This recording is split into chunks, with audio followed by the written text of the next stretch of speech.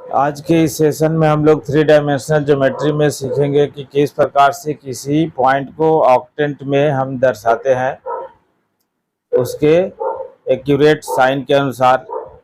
साथ साथ इसी में डिस्टेंस फार्मूला इन स्पेस, फिर से जो है सेक्शन फार्मूला इन स्पेस, और साथ साथ centroid of triangle in space, इन सभी के बारे में भी जानेंगे।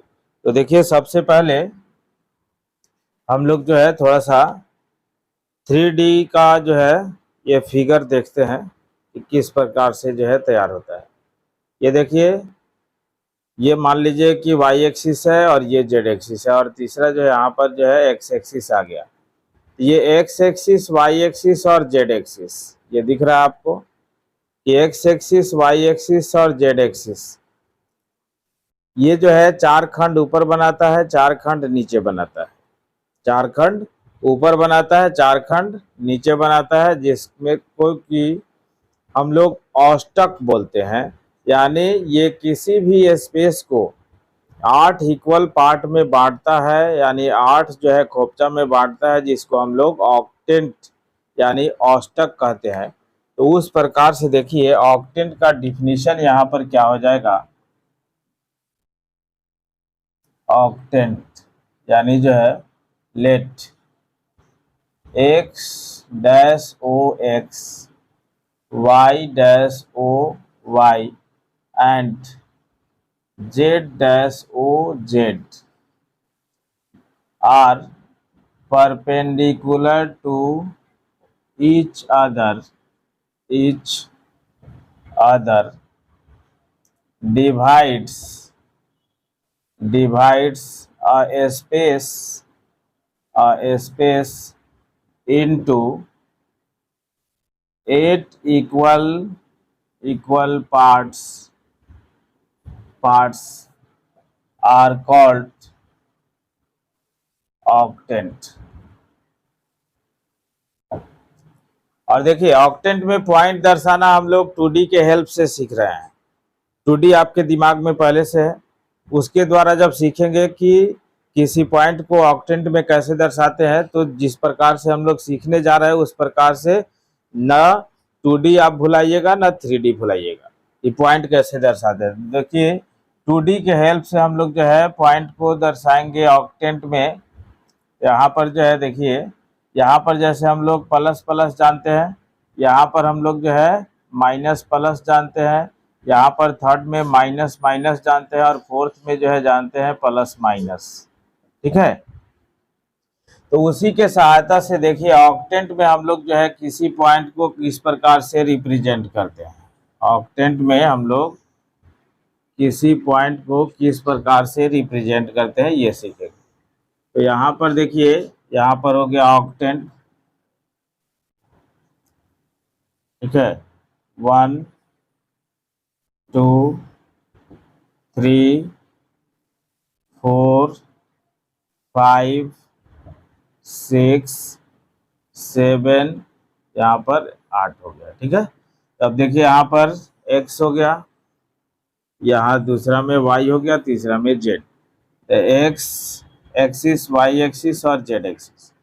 तो देखिएगा, पहले 4 को हम लोग जो है इस तरीका से दर्शाते हैं, पहले 4 को 2D में। तो देखिए यहाँ पर प्लस प्लस, फिर जो है माइनस प्लस, फिर जो है माइनस माइनस, और फिर जो है यहाँ पर जो है आपको जो है कितना, तो प्लस माइनस, चारों को दर्शा दिए। अगला 4 को इसी प्रकार से लिख दीजिए। तो इसी प्रकार से जैसे इसमें जो है फर्स्ट सेकंड थर्ड फोर्थ हो जाएगा। यहाँ पर जो है दोनों प्लस हो गया, फिर जो है माइनस प्लस हो गया, फिर माइनस माइनस हो गया, फिर जो है प्लस माइनस हो गया। और जब जेड को भी, जेड कोऑर्डिनेट को भी दर्शाना है, तो पहले 4 में प्लस डाल दीजिए और अगले 4 में माइनस डाल दीजिए। तो आपका जो है ऑक्टेंट में पॉइंट को दर्शाना इसी से सुनिश्चित हो जाएगा। जैसे मान लीजिए कि एग्जाम्पल के तौर पर कि आपको जो है -3 4 -5 किस कोऑर्डिनेट में पड़ता है, तो हम लोग देखेंगे कि माइनस प्लस माइनस कहाँ है, माइनस प्लस माइनस कहाँ है। यहाँ पर देखिएगा, माइनस प्लस माइनस यानी लाइज इन 6th ऑक्टेंट यानी छठा अष्टक में पड़ेगा। फिर जो उसी तरीका से जो है मान लीजिए कि जो है 4 माइनस 5 माइनस 6 किस क्वाड्रेंट में पड़ेगा, तो plus minus minus plus minus minus यानी 8th lies in 8th octant यानी 8वां अष्टक में पड़ता है। तो इस तरीका से हम लोग अगर जो है किसी भी पॉइंट को जब दर्शाएंगे 2D के हेल्प से, तो कभी भी ऑक्टेंट में पॉइंट को दर्शाने में कंफ्यूजन नहीं आएगी। देखिए डिस्टेंस फार्मूला इन 3D में जो है जैसे डिस्टेंस फार्मूला जैसे हम लोग निकालते हैं, मान लीजिए कि यहाँ पर जो है 2 पॉइंट हो गया, क्या यहाँ पर x1 y1 z1, जिस तरह से हम लोग 2D में निकालते हैं उसी तरह से यहाँ भी डिस्टेंस फार्मूला निकलेगा। जैसे यहाँ से x2 y2 z2 हो गया, तो सेम डिस्टेंस फार्मूला उसी तरीका से हो जाएगा कि PQ अगर डिस्टेंस फार्मूला निकाल रहे हैं तो यहाँ से जो है देखिए क्या, तो फिर जो है x2 माइनस x1 का whole square plus y2 minus y1 का होल स्क्वायर और प्लस z2 माइनस z1 का whole square.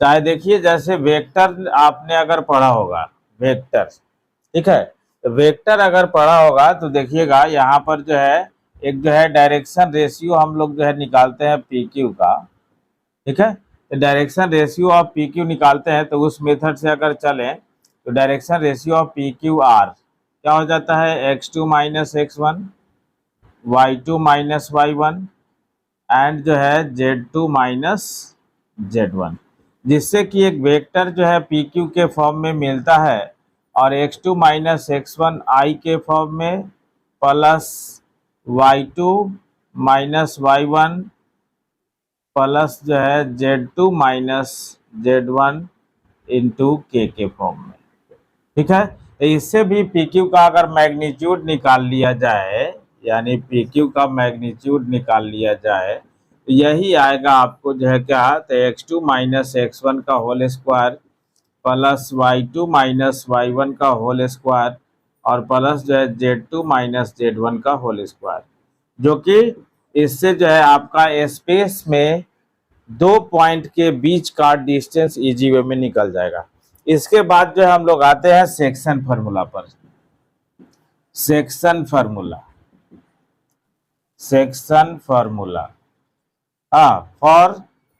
For internal division. इसमें 2 तरह के डिवीजन के बारे में हम लोग पढ़े हैं।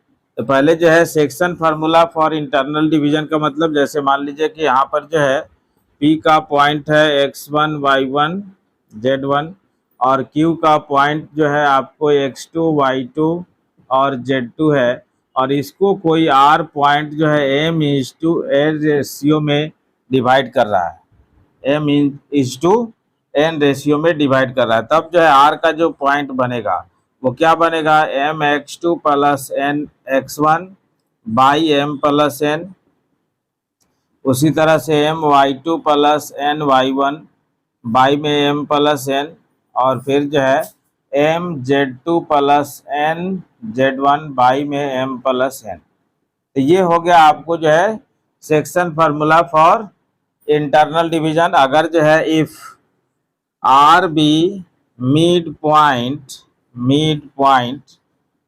मध्य बिंदु हो जाए तो इस केस में जो है देखिए कि आर का जो पॉइंट हो जाएगा देन आर जो हो जाएंगे, यानी that is m equal to n हो जाएगा। तो आर का जो पॉइंट हो जाएगा क्या हो जाएगा कि m और n सेम हो जाएगा, तो m कॉमन हो जाएगा, m कट जाएगा नीचे से, तो ये हो जाएगा x2 plus x1 by 2 comma जो है y1 plus y2 by 2 comma z1 plus z2 by 2। अब इसी प्रकार से जो है section formula for external division अगर आएगा, section formula for external division in space, space में। तब देखिए यहाँ पर जो है एक्सटर्नल डिवीजन है, तो यहाँ पर जैसे P कोई पॉइंट है जिसका कोऑर्डिनेट है x1 y1 z1, और फिर यहाँ पर जो है Q पॉइंट है जिसका कोऑर्डिनेट है x2 y2 z2, और आगे जो R पॉइंट है वो जो है इसको एक्सटर्नली ढंग से जो है डिवाइड करता है x y z।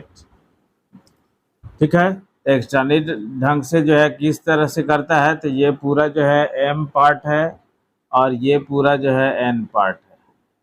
ठीक है, तब जो है R का जो पॉइंट बनता है, R का जो पॉइंट बनता है क्या बनता है, तो M x2 minus N x1 by में M माइनस N, उसी तरह से M y2 minus N y1 by में M माइनस N, और फिर जो है M z2 minus N z1 by में M माइनस N।